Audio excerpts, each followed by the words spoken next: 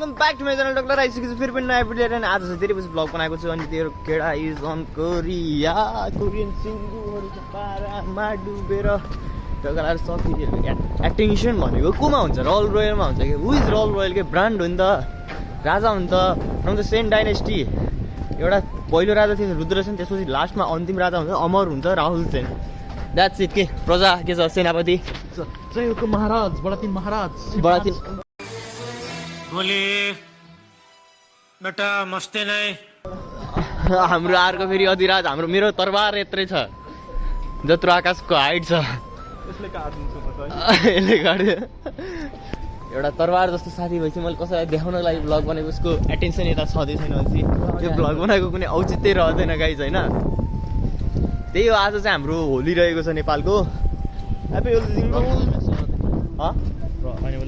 ए आज चाहिँ नेपालको होलीको पर्व रहेको छ रङ्ग र उमङ्गको पर्व आज होली मनाउने भनेको चाहिँ हामीले अङ्गारा बेसाल दलेर मात्र हो कि थाहा छैन